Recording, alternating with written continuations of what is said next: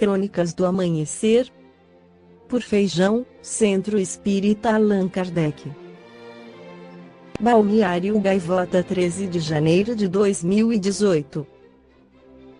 A Evolução do Fantasma, Parte 1. Reis, rainhas, cavalos, cães, corvos. Os redemoinhos nos montes de feno. Um amante infiel, um antigo amigo, um filho natimorto, uma luz etérea. Como Susan Owens descreve em seu livro The Ghost e Cultural History, fantasmas e espíritos assumiram muitos disfarces e papéis ao longo dos séculos. Na Idade Média, as almas penadas vagueavam pela terra em penitência com seus espíritos desencarnados cobertos por mortalhas e, mais tarde, por lençóis, que lhes davam mais mobilidade. Algumas almas queriam se vingar de injúrias passadas ou defendiam a causa dos oprimidos. Outras pregavam lições de moral, ou gostavam de boas conversas. Apesar de serem vistos como uma fantasia, uma superstição tola, os fantasmas povoam a história da humanidade. No século XV, as pessoas acreditavam que as almas dos que sofriam no purgatório lhes pediam ajuda para se purificarem de seus pecados e serem aceitas no reino de Deus. Quando a Igreja Anglicana rejeitou a noção de purgatório, as almas continuaram a habitar o mundo dos seres vivos, talvez por desconhecerem que tinham sido banidas da doutrina da Igreja. Então, essas visões passaram a ser obra do diabo, ilusões diabólicas destinadas a enganar os que tinham tendência à melancolia. A crença nas aparições sobrenaturais continuou durante o Iluminismo. O lema da Royal Society, Nullius in Verba, nas palavras de ninguém, questionava os dogmas vigentes e instigava a curiosidade pelo oculto. Daniel Bray viajou pela Grã-Bretanha compilando e organizando relatos de fenômenos sobrenaturais segundo os princípios da filosofia hermética. Joseph Glanville, autor de um livro de grande sucesso sobre histórias de fantasmas, dizia que os fantasmas podiam ser vistos, portanto, existiam. Nos séculos XVIII e XIX, os fantasmas começaram a exercer um fascínio irresistível em poetas, pintores e escritores, o que resultou na criação da literatura gótica, pródiga em personagens fantasmagóricos e seres espectrais. No início da fotografia, escreveu Owens, a criação de imagens fantasmagóricas devido à longa exposição à luz dos negativos, estimulou a imaginação dos que acreditavam no sobrenatural. Assim, as imagens e visões quiméricas continuaram a povoar a imaginação dos homens ao longo do tempo. É uma pena que Susan Owens não tenha dedicado mais espaço às histórias sobre fantasmas no mundo atual, que ainda atraem um grande público.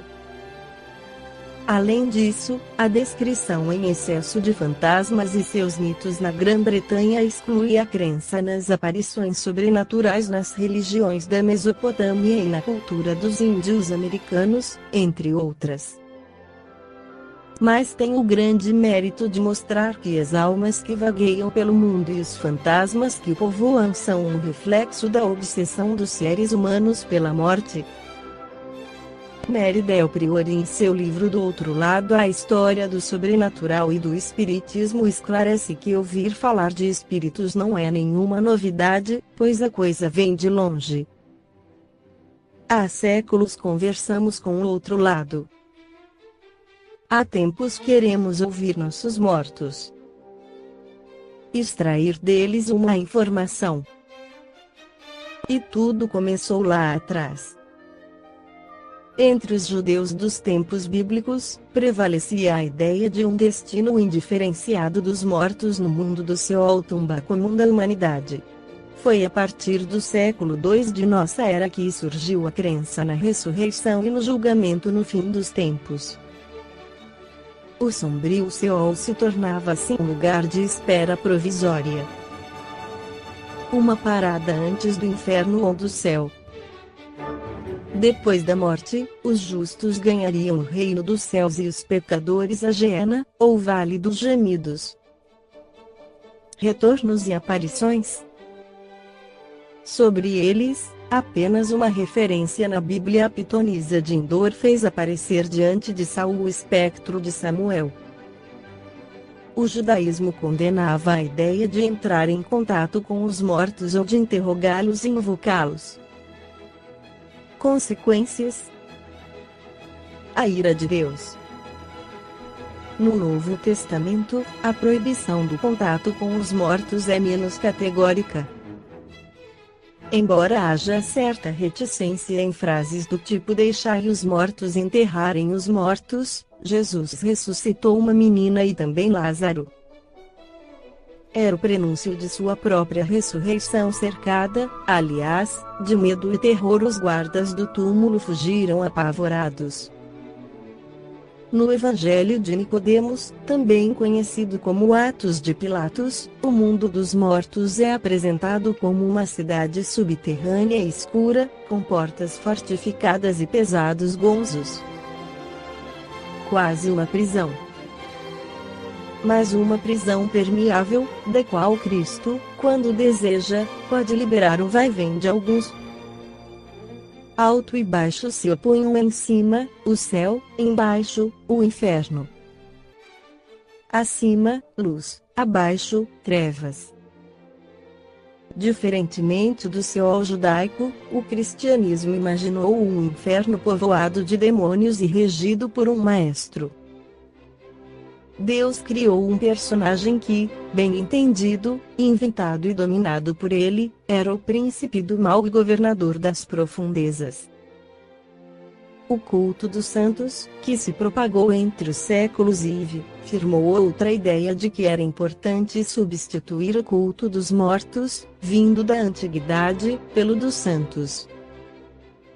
Antes, a intimidade entre mortos e vivos era total. Colocava-se comida e bebida sobre as tumbas, festejava-se a passagem para o além com danças, uma pedra na laje impedia o defunto de voltar e estar perto dos parentes. Mas o culto aos santos se apropriou da crença na comunicação entre o mundo real e outro mundo e substituiu a intimidade com o morto familiar pela oração ao santo distante. A ideia era de que só os santos ligassem os homens a um distante e quase inacessível Deus. Apenas eles ofereceriam proteção e conforto contra o medo e a insegurança. Apenas eles poderiam interceder como advogados das causas humanas. Nascia, portanto, uma mediação entre os dois mundos, graças exclusivamente a esses amigos invisíveis. E não mais aos mortos. No entanto, as duas formas de encarar a relação entre vivos e mortos subsistiram. Segundo um modelo herdado da antiguidade, os vivos deveriam cuidar dos seus mortos e vice-versa. Segundo um modelo eclesiástico, definido por Santo Agostinho, o conjunto da comunidade cristã deveria rezar por seus fiéis defuntos. No primeiro caso, o culto consolidava tradições velhíssimas. No segundo, ele modelava a crença na qual apenas os santos podiam cuidar dos vivos.